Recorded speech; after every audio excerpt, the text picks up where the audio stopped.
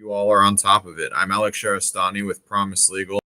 I'm coming to you from California today. I'm out here visiting family, and normally we're based in Austin, so we're just, I'm going to be honest, escaping the heat.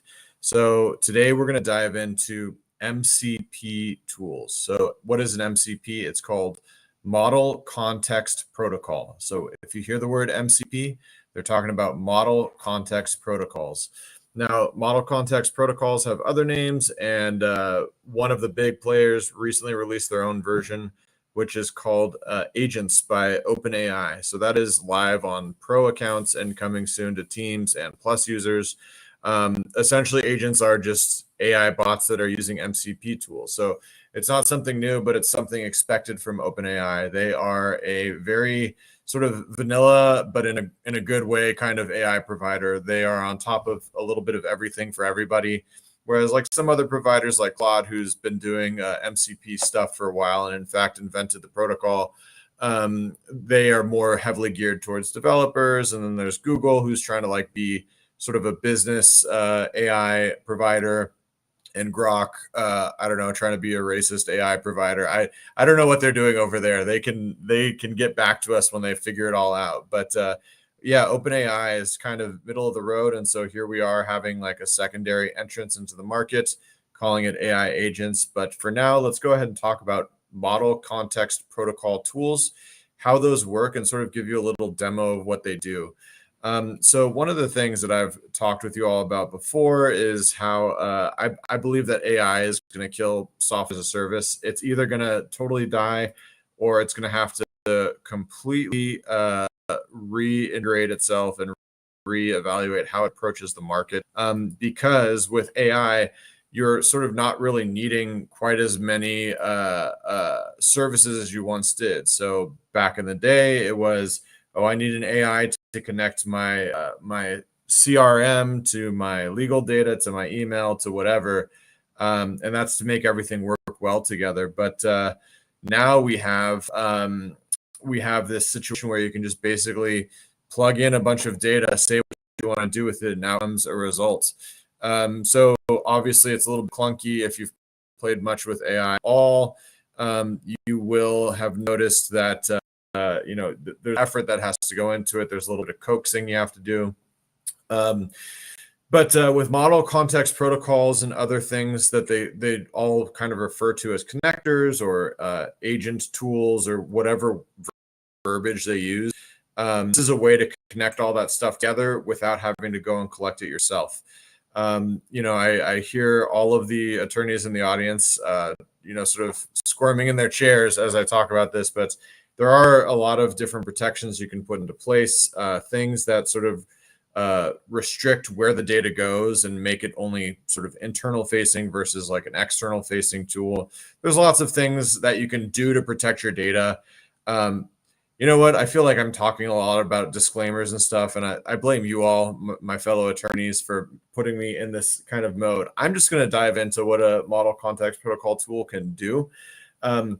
So I'm going to show you some of my stuff on the back end. I'm not going to show you too much because, secret sauce and, data and all that stuff. But you should be able to see here on my screen. I'm using a new software today, but I think you can see on my screen all these various tools that I have accessed by my Claude desktop installation. So for those of you who don't know, maybe you only know about ChatGPT. Claude is Anthropic's chat bot interface, and they have a desktop version, Claude Desktop, creative, I know, where it is basically hosted on your computer system, whether that's Windows or Mac, or I believe even Linux works if you're that geeky and you still need my information to help you. But you're able to install it on your computer, and then you're able to connect it to external tools that will let you access your other data. So if you are following along with me, you're going to want to check out Anthropic's Claude desktop version. There should be a free version available to you. I'm actually on a higher tier on this than I am on ChatGPT. So it's possible that, your mileage may vary here, but as OpenAI rolls out its AI agent services, this will help give you sort of a peek behind the curtain of what you're going to be seeing. Okay, so here you'll see all of these various tools tools. Connected to GitHub, which is sort of like a document storage system for developers. A little more than that, but you don't need to know. Mattermost is kind of like a Slack clone. I have a case law researcher. I have my client portal. I have sort of my website management stuff, all these various tools. They take a little bit more setup than we're going to go into today. So we're just going to do something that's built into Claude Desktop. So you're able to go down into Claude Desktop. You click on the search and the tools, little settings bar right here. Scroll down to the bottom, add connectors. And there's a number of them. It's a growing list of services that you're able to connect to. But we're going to use Canva because I use Canva. But I'm going to go ahead and connect. It should be a fairly simple login flow. So I'm going to swap my shared screen over here real quick.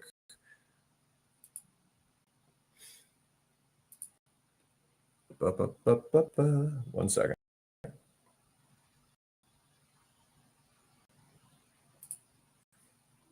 Okay. I see this new software of mine wants me to stop the share. So I'm going to stop the share. Another.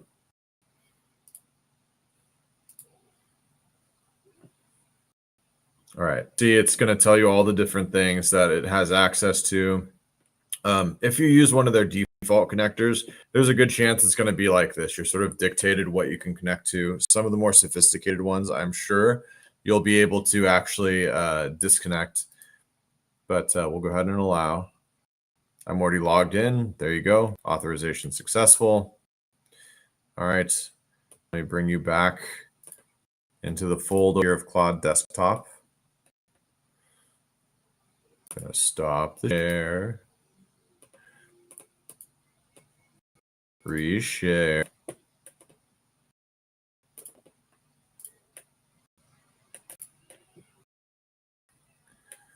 You'll see, we're back to the same Claude Desktop window where is taking us just a regular chat screen. Darndest to load up. That's largely going to be because I'm doing everything. And while I am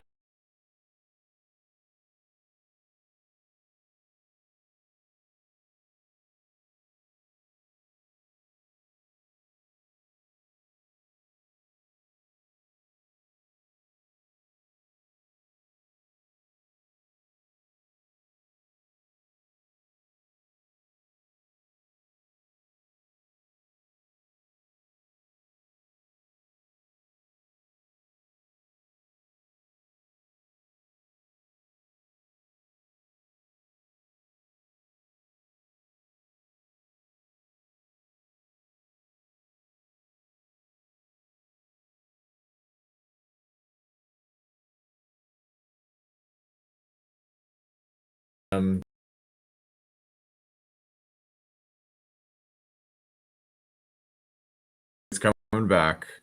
There we go. Good job, little computer. Okay. This makes me really want workstations. I just have a ThinkPad, and it's, I've been leveling up, and I think I need to level up my computer. So we're back. All right, now we should see, once it's finished loading, that is something to, when you install these MCPs, really what's happening on the back end is a little tiny application is starting up that you're able to connect to and do work with. And so it slows down the launch of this because it's launching several things, the one thing. So let's see. Okay, Canva disabled. That can happen sometimes. This stuff is somewhat experimental, so you'll see little errors like this from time. I just hit Control R or Command R. Often that'll do the trick. Let's see. It's loading up again. Once it's loaded up, we're going to check.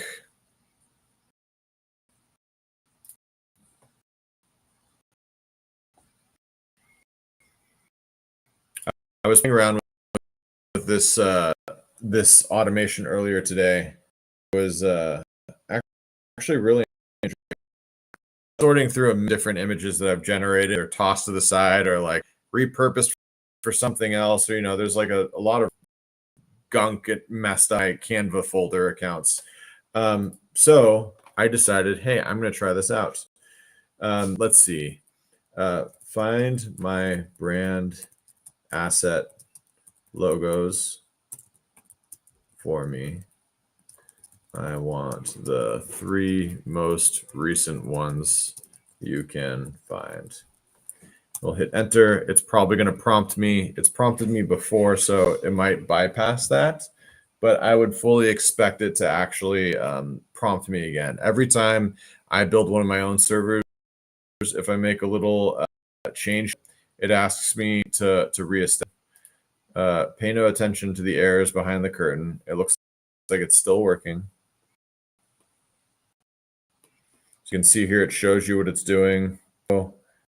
Search by descending order of publication date. Get design, get design, get design. So it's actually retrieving all of those Canva designs I requested, which is all I really wanted it for. All I wanted was to be able to actually just find stuff that I had created in the past without loading up Canva, which, regardless of how good my computer is, always takes forever. This, because it's an API, it's not dealing with all the graphical. It's a much faster load. So let's see, CLE logo. Yeah, look at that one. Created January of 2025, updated in February. Let's see. So I'm going to go ahead and click it. It shows me the link. I'm going to click open link.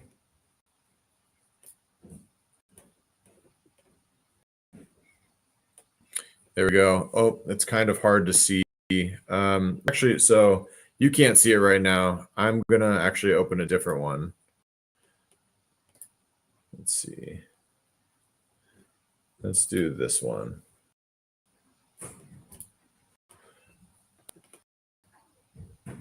There we go. I like this one better. This is the logo from our forum, which is slowly spinning up. It's .promise.legal.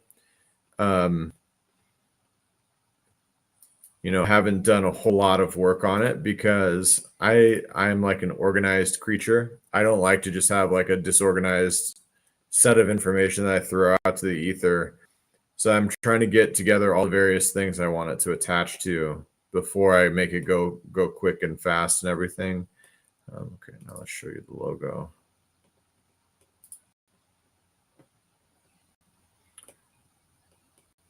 It is this one. So this was the link that it pulled. You should be able to see the URL. Actually, let me see if I can. In the event, whether you can see the URL or not. No, it looks like you can't. The URL in the tab is a Canva URL. It directs you directly to where the Canva is.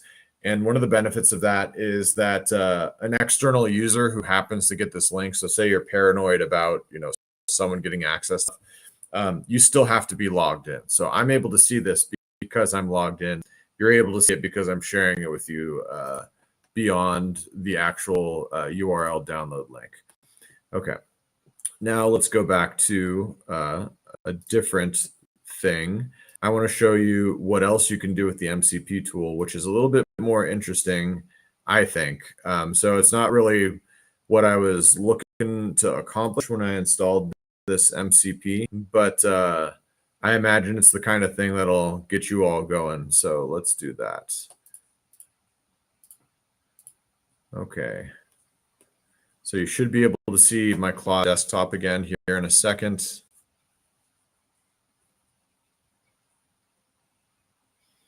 There you go. Okay, now let's do this. I actually have a set of instructions on how to generate an image for other purposes, but so you're going to see some of my other tools in action, but this tool on its own will work. It'll just ask you for more information. So let's try this. I'm doing a live stream right now.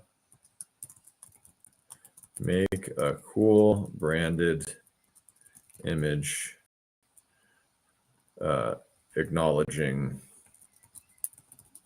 the audience. All right.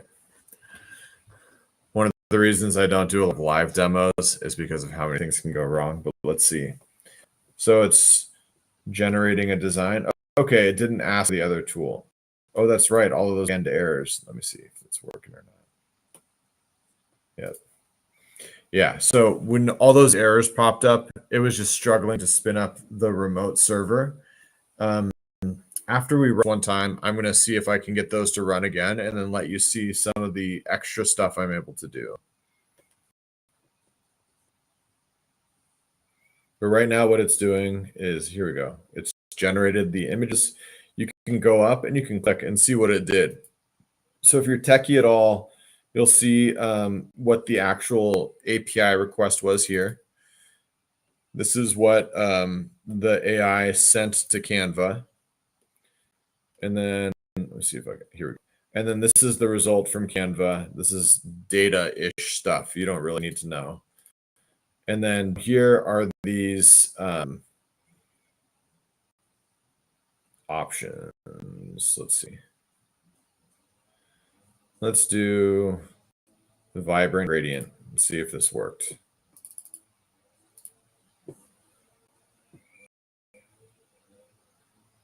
Oh, okay. That's cool. All right. So instead of doing this whole janky sort of close there and reopen a share, I'm just going to paste it in. That didn't work.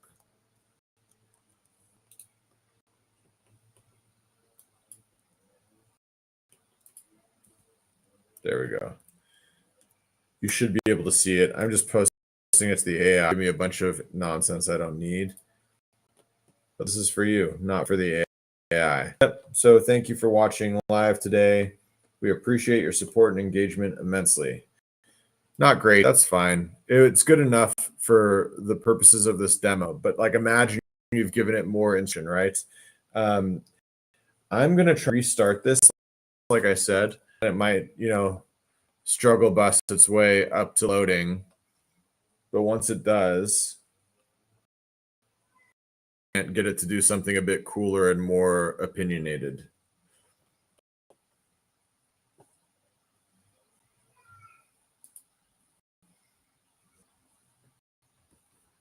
So you'll see it says disabled. Oh, there it goes. It loads.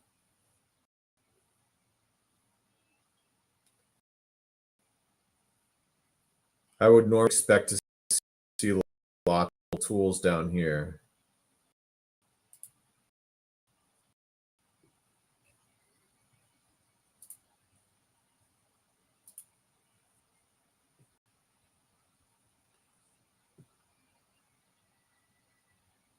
There we go. Okay. Oh, now I have to cycle that token. Great. But yeah, it looks like they're all running. Go back to that chat.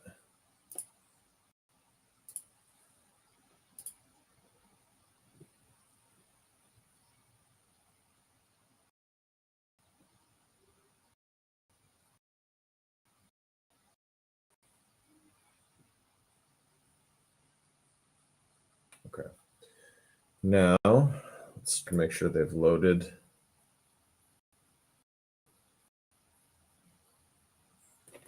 Let's see.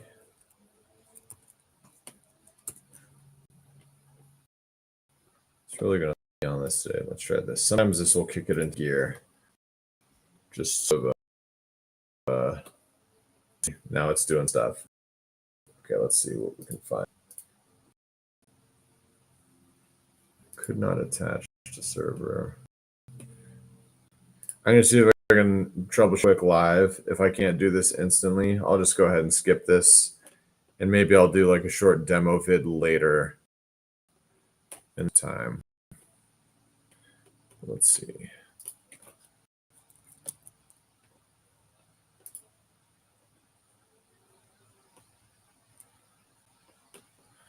Yeah, so usually what it is, I mean, I actually don't think this is an actual issue. I think it's probably an issue. Like there's so many services running on my computer right now, including this janky live stream software that I'm using again. But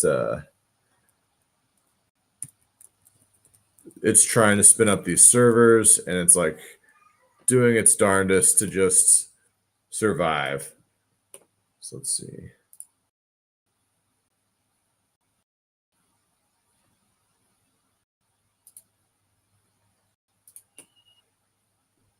Let's toggle it again.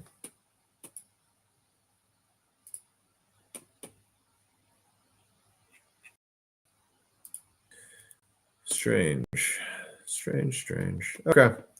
All right. Well, let's go ahead here. You know what? Let me, I'll just pull my instructions rather than rely on the AI. I'll share with you what the AI is going to pull on its own. So, let me make sure I don't accidentally share anything additionally crucial.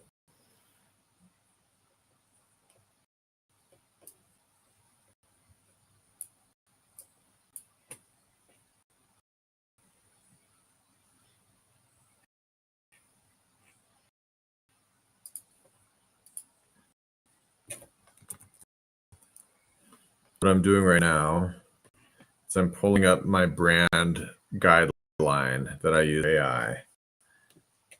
And once I get up, I'm just going to share it directly.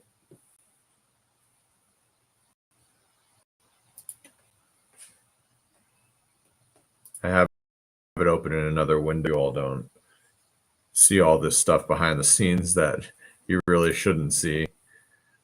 Let's see. Okay.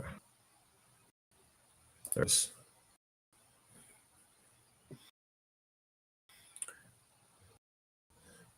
Believe it or not, with all of this and whatnot, it took me like two hours to get everything running. So the last thing I was going to do is wait sure every little thing was perfect.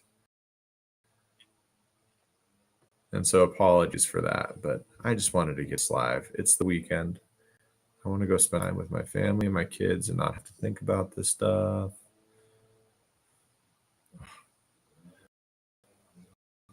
There we go.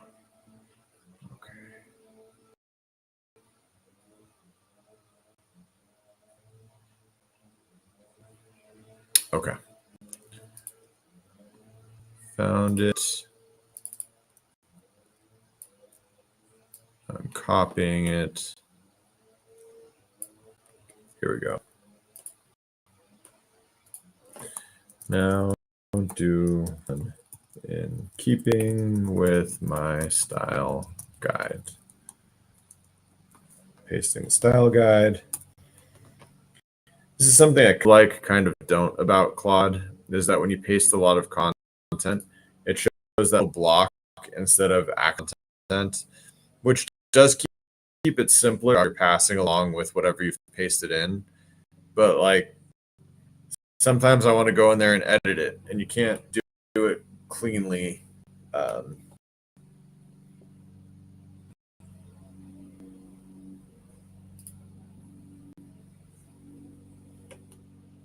You can do it. You can do it, little laptop. I've also got an external monitor hooked up to this laptop, which, like I said, I probably expect too much from my device here. Okay. All right, let's see. In here. Oh, there was an error. It's trying again. It worked this time. It's like.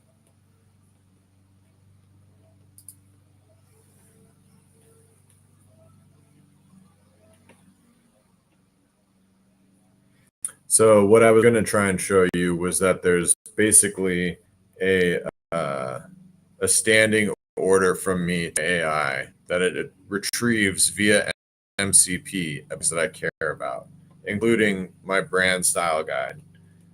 Let's just go ahead and open. I'll do the same thing where I'll just paste it into the AI. Save us all the trouble. This one's okay. Great, honestly. Try this one.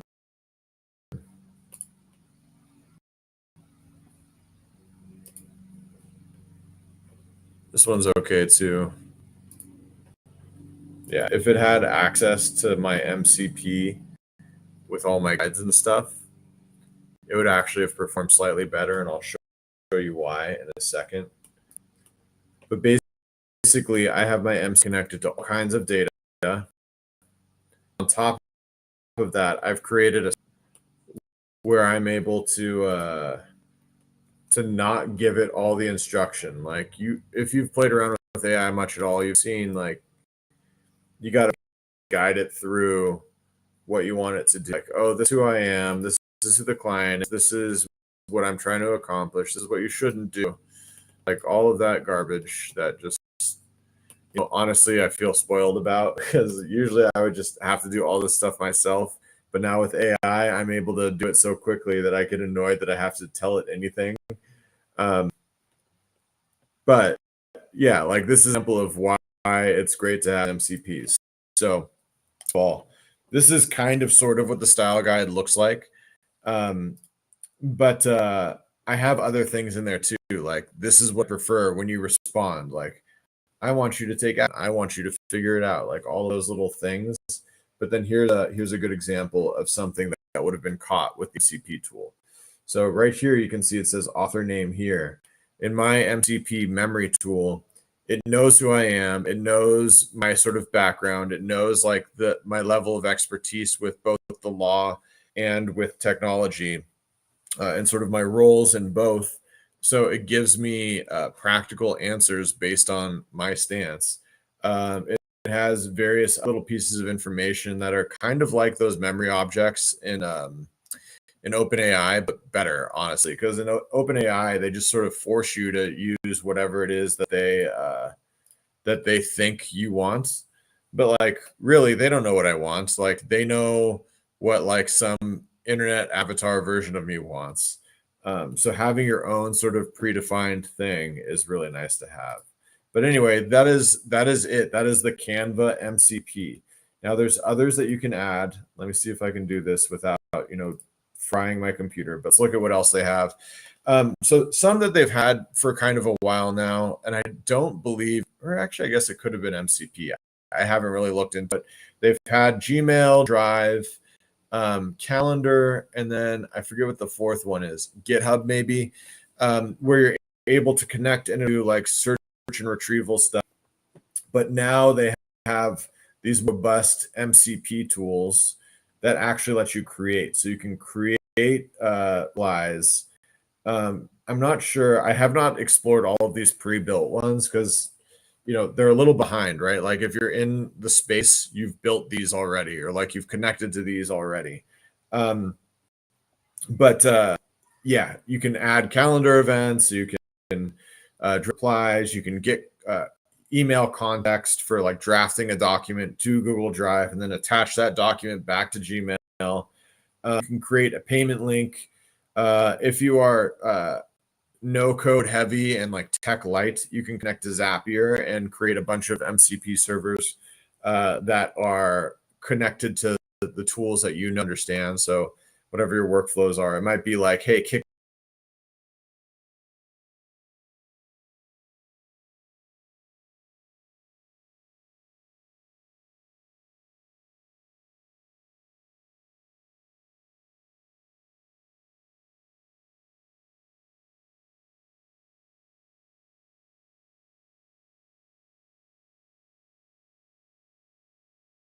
your computer.